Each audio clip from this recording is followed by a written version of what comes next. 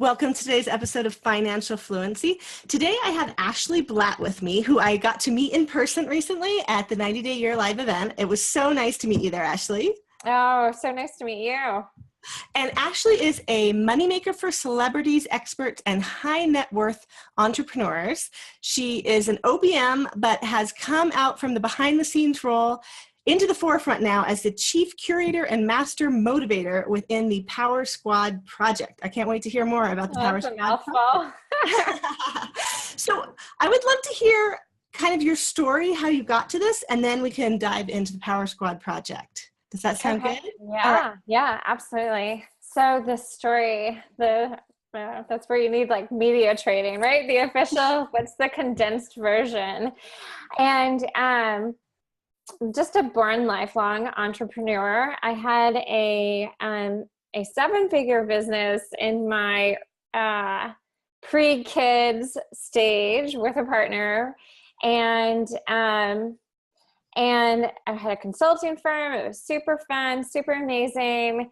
Left it all behind to stay home with my babies and be in Southern California, sunny. Should be more sunny. This is not sunny Southern California. And I just had my girls who were 5 and 6, but I never really lost the natural part of me, which is an entrepreneurial part. And I have spent the last, couple of years kind of getting back into the grind and growing a new baby. What was the original business? So my original business was a consulting firm and implementation firm. I have a project management background and a software implementation background. So we would implement software programs for Fortune 500s, government agencies, and kind of travel the country doing that. What we quickly learned was there was so much need that we just grew. We were at 7 figures within 18 months. So that was super fun. Wow. How many employees did you have there? Oh gosh. Over 20 consultants traveling around. It was super fun, but it was also that stage in life. I think a lot of us, go through a lot in my circle was going through that. We were traveling consultants. So we were gone first thing Monday morning, home on the last flight on Thursday afternoon, and then catching up with work. So while it was super fun, it was also, not something that I wanted to do with, babies around and, Mm-hmm. That totally makes sense. That'd be a hard schedule to keep. Can't really do that, yeah. Yeah. Or to bring the kids, that would be hard too. Right, totally, right. So that makes sense. So did you sell the company or did you just back out? Does the company still exist? Yeah. So I sold my share, my part of it to my partner. Mm-hmm. And speaking of financial fluency, we were doing so well. I went to my accountant and I said, during that time, I was like, I don't know what to do with this. I mean, I still had credit card debt. I still had loans. I still had, I didn't know how to, take advantage of like 401k. I was my own company. Like, how do I, do things like that? So I went to my accountant and I was like, I will hold you personally responsible if I spend all of this and I don't save it and do the right thing with it. So I was, able to save 6 figures, pay off any debt, put into my retirement, do all that stuff. That also allowed me, in combination with the buy-off, to take the time off that I wanted to when I was ready. Mm-hmm. When we moved to California. That's great. That's a nice way to do it. Give yourself a nice maternity leave. Exactly. So when did you decide to start this new venture? So the new venture, do you have children? I do. I have 2. You do? How old are they? They're 7 and 10. Yeah. So it's like what my girls are 6.5 and 5. And so having done that, my parents were entrepreneurs. I'd say my first sales pitch was when I was 6. I think I had to wait till it was legal to have my first job. And my first job, I had my first side hustle with, before there were side hustles, so it's just like a natural part of me. And as I realized I could survive having children and like, they would still live. And, I tried decorating, that wasn't me. I tried working out, that wasn't me either, so it's just a natural fit. So the very next step I did was create my own podcast, Mompreneur on Fire, specifically talking to mom business owners, because I was like, how in the world do you do this? And then in that, there was just the amazing learning and connecting, the learning of how do you get more than 8 listeners and how do you turn it into a business. And then also, being now truly into like the online world and meeting, connecting with so many amazing women, seeing what they're doing. I'm like, we need like a central thing for everyone to share, it's for all the women to grow. So that's kind of the fast version. So what does the new business look like? Okay, you have a podcast. Right. So I created the podcast, and then I started, how do I learn? And then I was like, I realized also in there, as I was like trying to learn about like having an online business, which would fit my life, I would go to look at the celebrities to see like, oh, what are they doing, and really study what they're doing. And I would realize I know more than they're doing. And then I would go dig further, and I would see that the agencies that were helping them were out of date.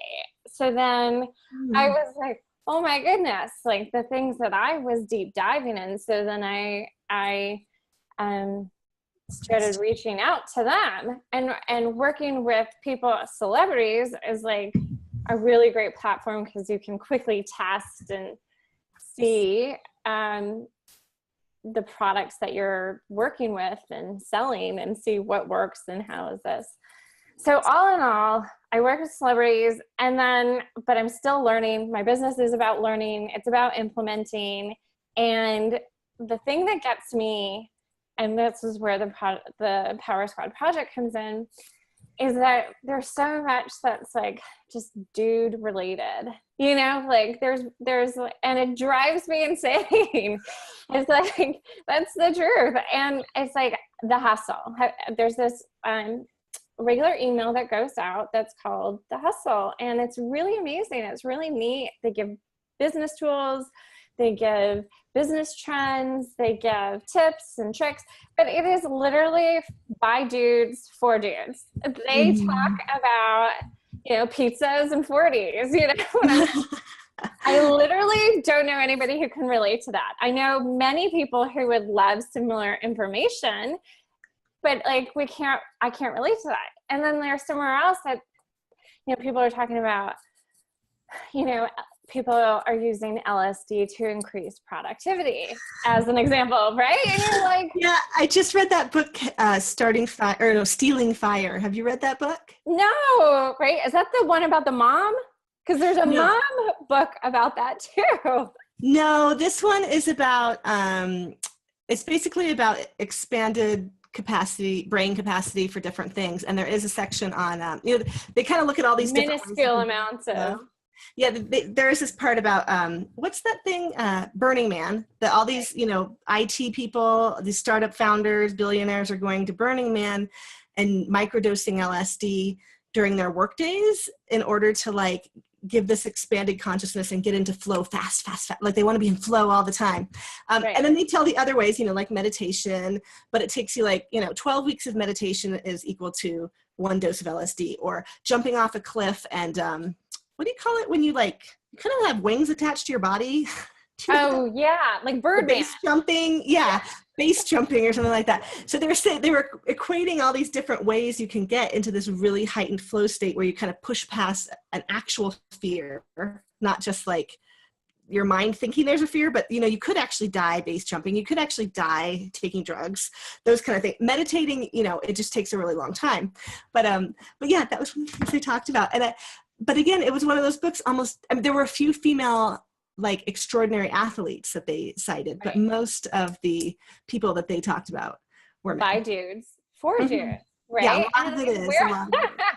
Right. And I know there's actually a book about like a stay-at-home mom who is, she has a book where she's microdosing in LSD, and so that she can like make it through the day or whatever. You know, my thing is like, I have kids that I have to pick up, right? I know. I'm like, how does that work into a mom's life? You know, that was one of the things that I ended up, they also have these neurofeedback machines, which I did when I was in San Diego, because one of the funniest things was reading that book, I was like, okay, I don't want to do drugs. I don't want to jump off mountains because I have kids.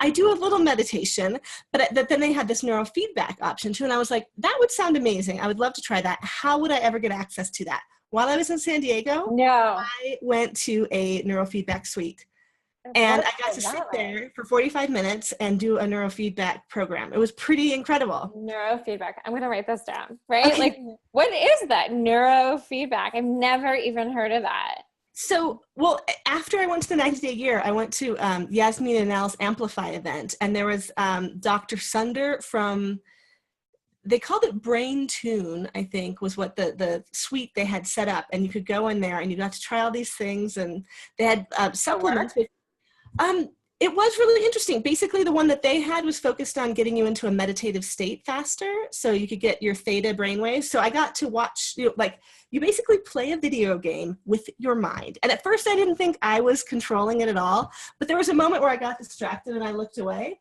And when I looked back, everything had gone dark and my little spaceship had stopped moving. And I was like, oh my God, I am totally controlling this. So as you focus and relax, you go faster and the bright colors get brighter. And yeah, it was kind of amazing to try it out. So that was like my one little, it was just a momentary thing. And I had to book in. Everyone in the whole conference was trying to book in. So I got in at a really odd time. Right. But yeah, it was pretty amazing. So anyways, I would do were they also selling you like supplements? Were they saying that supplements were like, what supplements? Huh. Yeah, so they had this list of things that help to enhance like myelination and neurotransmissions in your brain and like, right. Yeah. So they were definitely selling things. They were selling both their supplements and you coming in and getting your brain tuned so that you could turn things off and relax and meditate. But they had several different things that they did. A few of them, they worked with PTSD survivors to, they were saying that anything that has a trigger with a sort of cascade effect of neurons firing in a certain pattern that causes a problem is something they can work with. So we talked about like my daughter's migraines. She has histamine cascade effect migraines. And they were saying that they had about a 70% success with that. So we're actually going to Southern California to do that later this summer. Because I was like, life with no migraines would be amazing. But they also said like asthma and then some autistic behaviors that are the super repetitive ones, which my daughter also had. She has autism too. So we're going to go try it out. But I totally like hijacked your story here. So no, I don't even care. No. But moms doing drugs is like, I just can't fathom how that would fit in. I mean, you could get arrested. You could be taken away from your children forever. How is that even an option for moms? I mean, the founder dudes. Right. Now, here's the thing. Here's the thing, and the point goes back to, I am totally interested in learning everything about it. About like, even what you're talking about, not only for me, how I can improve my own performance, but also my daughter has asthma and allergies. And you're like, oh, maybe I should really like check this out, right? I would do anything.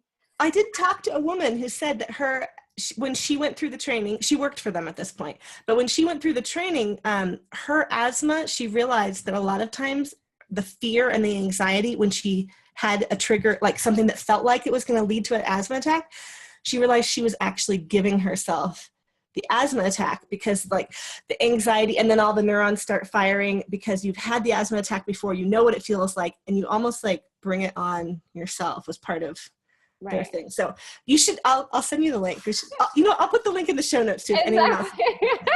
Again, they don't guarantee that they can cure everybody or anything. Sure. They have a bunch of like, Harvard reviewed studies that's what they showed me was like the migraine study. obviously it doesn't work for everyone. It has to be these certain kind of migraines with the certain specifications that they can, they'll track this neuron firing, and then the next time it comes up, they start retraining it to fire in a different way so that you don't have the end result. So, and I guess as that relates to like women entrepreneurs, then you're saying like, we have mindset. Everybody has some mindset issue and different triggers. I bet you, for the adult, then that would help, a woman, if we're talking to women, like improve their own, performance or their concentration or, ability to step forward within their thing, right? That's true, especially if like a rejection leads you to a downward like depression spiral or something. I could see that might be something worth retraining. Or that we all have like, there's so many issues where, like, not issues, there's so many kind of internal things that we think about as it relates maybe to money, or what are the triggers to money, how, what happens there, or, and oh my goodness. I told you, I work with like celebrities, and what's crazy to me is that these women are loved and adored, and yet they are not as secure as you would think they would be. They're not as like, they're looking to the next person, like I want to be working at this level, which is great. You want to be able to expand, but as a personal kind of self-worth thing, you have, maybe, there's so many different things, right? I love business stuff. This is the thing, guys, like there's so many there's so many resources, tools, women like yourselves, like different things that are experiencing, but then there's so much information on like how the man, like this is how you do it. Last night I read something about creating 20 more hours. All you need to do is work 20 hours or whatever. And really what you're supposed to do, your mind is such at the place where you wake up, you don't work out, you eat protein within 30 minutes, and you are right then and there from like 6 a.m. to 10 or 11 a.m. That's your work. No email, no nothing. That's when you're hardcore.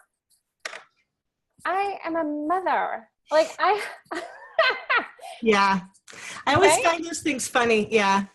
Like Miracle Morning too. I tried so hard to get up an hour before my kids get up, but if I get up, my dogs wake up. They move around. They want food. They wake up the kids. Right. When I tried doing 5 a.m. Miracle Mornings, we all ended up really early and just being really cranky. Right. And then like I have a 5 and a 6-year-old, and they still come in every night for one reason or another. Like, yeah. So here's the thing. This is the kind of goal of the Power Squad project, is to connect, like, what are the different things that we quote unquote should be doing. But then I'm also not going to say you should be doing this and this is how you're going to like achieve, world domination. But rather like we can relate and connect with one another, that this is like what they're saying is really quite unrealistic. So how do we come together and make do the best that we can while we have multifaceted lives, right? We're mothers and wives and girlfriends and, business besties and, oh my goodness. I totally agree. Because I feel like, in the corporate world, it's worse. It's worse in the corporate world because that's, we actually have to show up and be there for certain hours from here to here, and they expect you to do these outside things and go to conferences and do all this stuff, and you're really locked in because you have a salary. And that was totally built, that structure was built before women were really in the workplace. Like, we weren't considered. School, like needing to be at school for a play, pick up, drop off, any kind of like parent-teacher conference, none of that was ever figured in. So I feel like those of us who've either left by our own intention or been forced out, like my listenership started with special needs mom because I'm a special needs mom. So a lot of us left because we couldn't get enough flexibility to take care of our kids. But whatever the reason we're here, at least we have the internet and we have some way we can work still, which is amazing because that didn't used to be there. But even that, like, it was a real boys club to start with. If you look at all the startup culture out in Silicon Valley, they have so many HR problems. They have so many diversity problems. They have so many problems with sexual harassment. I mean, just women existing with these guys can be hard sometimes. Uber just fired, like yesterday, I think, or the day before, 20 of their employees because of sexual harassment reasons. It was like, right? Yes. My little sister works at Uber. Yeah. I started working this month, and I did say, I was like, so what's it like working at Uber? She's very high up, so I don't think it affects her as much. But yeah, we talked a little bit about the problems at Uber. Yeah, and however, it might be a great company, and I surely use it. And but to the point of, it's the old boys network, and I feel like it's the new boys network. With these entrepreneurs, it's like the new boys network recreating the old boys network. Pizza and 40s. Yeah, you're like, and you're like, obviously that's not geared towards me, right? Yeah. And so it's like, where's the wine on Wednesday, right? Like, and where's the, the conversation, the combined conversation. I like that you say that your work started with the special needs. My daughter has severe allergies, and as part of my allergies, and as part of my work, I did not make the first day of 90-day year because my daughter had a major attack, and allergy attack, EpiPen administered, ER, like all the gamut, right? Mm-hmm. I feel like for me, great. It would be really, I have to have a job where I can be at home and I can be close, as I'm truly the primary caretaker. Would I be able to do speaking gigs? Going to a conference is very difficult for me. And those are the conversations that I don't think some of the dudes are having in Silicon Valley, right? Like this is real life. Right? Real life is that I was woken up at 3:30 in the morning. I got my workout in. I had to run to the grocery store and get a snack for the last day. And I have interview with you, interview an intern, have some business meetings. And it's like, right? Like that's the real life of so many women that I know, right? We're multifaceted and making it work and making it happen and doing awesome and amazing things with all these different things going on, Yeah. Actually, just Monday was the first day of real summer for my kids, and I immediately realized that my whole plan that I had planned out schedule-wise, I had a major Monday fail. I realized I had to hire another person for childcare, and I called and I interviewed someone that day, and I had her come over and meet the kids on Tuesday, and she's hired now. And I was like, but it was one of those like, oh my God, I don't have Mondays. How can I not, how did I not realize I didn't have Mondays? And my one has, play practice every day from 1 to 5, and one has ESY, she does extended school year for special needs from 8:30 to 11:30, but it's all these really odd chunks of time. Right. And I needed someone to do pickups and drop-offs, and I was like, either I hire another person, and honestly, I already have 3 people that work with my kids. I have more HR and hiring and firing for my home staff for my children than anywhere else. And even when we ran our ranch, we only had 4 full-time employees, and my husband and I were 2 of them. Right. And yet to make all these schedules work with college students and people studying to be SLPs or, therapists or something. Some can do certain days and some can do these other days. Yeah, it gets very right. And then they call in sick, or then I got another job, or and I don't want the people working with them to get sick, because then they can't take them to school the rest of the week. So I keep the kids at home without anybody. Yeah. Right. So tell us more about the Power Squad and how it works, because this is what we all need, really. Oh, thank you. Yeah. So take the hustle, take away the dude, take business trends, business information, and celebrating women, sharing other awesome women resources. And then what are the tools, the tips, the resources? Let's create an email community, an email that you want to receive, and, for women entrepreneurs by women entrepreneurs. That sounds great. Is there a gathering place somewhere online? Is there a Facebook group, or is it just email? So great question. The so you can sign up at thepowersquadproject.com, and then to create, even we have an ambassador program, and then once you have within that ambassador program, there's just kind of all sorts of rewards, including connecting in a Facebook group and kind of diving further in. And then in the group, there will be, more exclusives or more deep dives, as we need, of different women and learnings and trends and things like that. Okay. So for people who have come into it already, what kind of results are they seeing by virtue of being part of the Power Squad, just to help people know if it's for them or not? Yeah. So literally we are launched 2 days ago. So oh my gosh. Okay. That's exciting. Way to go. The feedback the idea has been, this is really something that's needed, and like, oh my gosh, kind of cool. So also think like the skim, where it's for you, giving you value, not trying to overwhelm. And then natural to me is like a little bit of writing. So it fits with my goals and like the thing that's natural to me and the thing that I love. So I get to give. And so far feedback's been so good, right? Literally I'm getting like email responses. So good. Love it. Can't wait. Oh, that's fantastic. I didn't realize it was so new. That's really exciting. We'll definitely have to go check it out, because especially in those early startup days, that's when you need a lot of support and people coming and seeing it. So that sounds great. But as far as your one-on-one work, you mainly work with celebrities. Is that right? Yeah, and high net worth individuals. Okay. Yeah. Okay. So which isn't exactly the focus of this podcast. There may be some on there, but it's, a lot of us are kind of earlier startups. So for them, the Power Squad project would probably be what they would want to check out from you. Yeah, absolutely. Awesome. That sounds really good. So we will put the links in the show notes so people can go and find them. Whether you're watching on YouTube or listening on iTunes, or if you go to my website, jenturrell.com/shows, you can find all of the notes, the expanded notes are on my website. And that can take you to all of Ashleigh's stuff.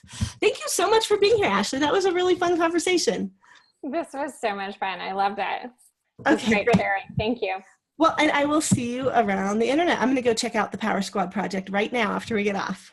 Okay, thank you. All right. Bye-bye.